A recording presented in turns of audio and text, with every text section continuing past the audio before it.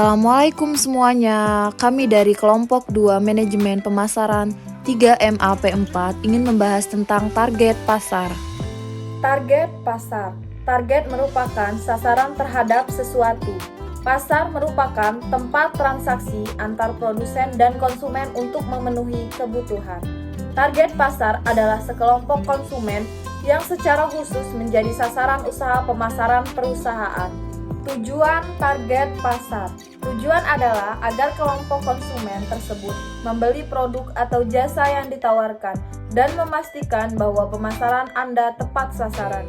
Hal ini penting untuk meningkatkan penjualan sekaligus mengukur tingkat keberhasilan. Manfaat target pasar: 1. Meningkatkan penjualan. 2. Mengetahui budget yang dibutuhkan. 3. Mengantisipasi persaingan dengan baik. 4. Memudahkan dalam menyiapkan konten promosi. 5. Membangun komunikasi dengan pelanggan. 6. Membuka investasi bagi usaha kecil menengah. Faktor menentukan target pasar.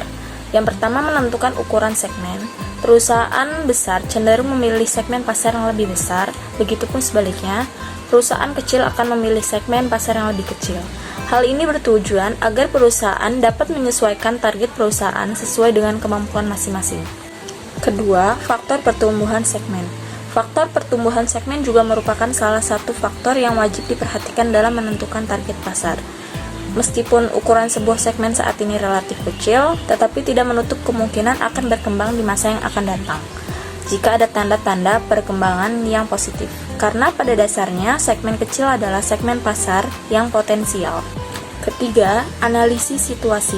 Lakukan analisis situasi secara teliti dan cermat sebelum menentukan target pasar. Analisis situasi tersebut berhubungan dengan konsumen, para pemasok, dan para distributor. Keempat, pertimbangan sumber daya perusahaan. Sebelum menentukan target pasar, cobalah perhatikan sumber daya yang didapat perusahaan. Apabila sumber daya perusahaan didapat dari kerjasama dengan pihak luar, maka harus berhati-hati karena keuntungan dan risiko ditanggung bersama. Kelima, perhatikan dana yang tersedia. Sebuah segmen harus disesuaikan secara teliti dengan kegiatan pemasaran perusahaan. Karena banyak contoh segmen yang sempat diperkirakan memiliki potensi yang besar, namun ternyata tidak seperti yang diharapkan. Sementara perusahaan sudah mengeluarkan biaya yang besar.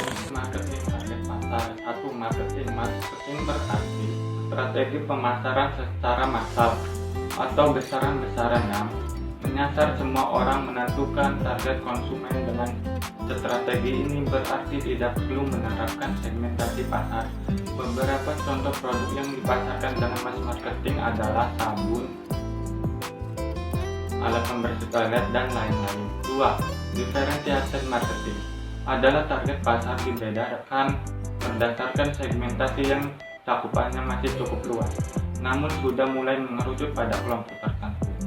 Misalnya, jika kamu memutuskan untuk menjual meja, akan terlalu besar, kamu bisa membuat produk yang lebih dan segmen yang lebih sempit, semisal meja biasa. 3. Niche marketing. Melalui strategi niche marketing, pebisnis akan menyasar target pasar yang cukup spesifik dengan karakteristik konsumen tertentu. Contohnya, produk yang akan kamu jual adalah meja belajar. Untuk membuat target pasar yang lebih sempit, buatlah meja belajar khusus anak. 4. Micro marketing cocok diterapkan oleh pebisnis yang ingin memasarkan produknya pada segmen yang sangat spesifik. Cara menentukan target pasar. Berikut ini cara-cara yang dilakukan untuk menentukan target pasar, antara lain: yang pertama, memulai dengan asumsi. Memiliki bisnis dengan produk yang siap dipasarkan. Coba asumsikan kira-kira target pasar yang potensial cocok untuk memasarkan produk tersebut. Yang kedua, cermati kompetitor. Perhatikan seperti apa produk yang mereka pasarkan, bagaimana servis yang ditawarkan, dan bagaimana strategi promosi yang mereka terapkan. Lihat pula review dari para pelanggan dan alasan mengapa banyak orang yang menyukai produk tersebut. Kemudian yang ketiga, melakukan survei lapangan. Melakukan survei lapangan untuk mengetahui bagaimana selera orang-orang yang akan masuk ke dalam target pasar yang dituju. Kemudian cara yang kelima yaitu ciptakan persona. Persona dalam target pasar adalah representasi pelanggan yang menggambarkan sosok calon pembeli sesuai target yang dituju. Persona akan membantu mengidentifikasikan produk yang sesuai dengan calon pembeli beserta strategi pemasarannya. Dan yang terakhir, langkah cara untuk menentukan target pasar yang keenam yaitu dengan melakukan branding. Melakukan branding untuk menciptakan persepsi produk bagi para pelanggan. Hal ini penting dilakukan sebagai salah satu cara menentukan target pasar dan akan mendapatkan potensi pasar yang maksimal asalkan konsisten menjaga brand dengan mengedepankan kualitas dan keunggulan produk. Manfaat menentukan target pasar. 1. Dapat menempatkan gagasan pemasaran dengan lebih baik dan jelas. Yang kedua, dapat mengatur produk menjadi lebih baik dan menarik. Yang ketiga, dapat menemukan dan membandingkan peluang di pasar. Yang keempat, dapat mengelompokkan budget yang dimiliki secara tepat. Yang kelima, dapat memudahkan dalam menyesuaikan produk dan strategi marketing yang sesuai dengan target konsumen. Yang keenam, dapat mengantisipasi adanya persaingan. Yang ketujuh, dapat membidik peluang pasar yang lebih luas. Contoh penerapan target pasar. Jika seorang pengusaha di bidang mode wanita, maka contoh target pasar yang bisa diterapkan sebagai berikut. 1. Produk yang dijual. 2. Target lokasi. 3. Target demografi. 4. Karakter psikologis.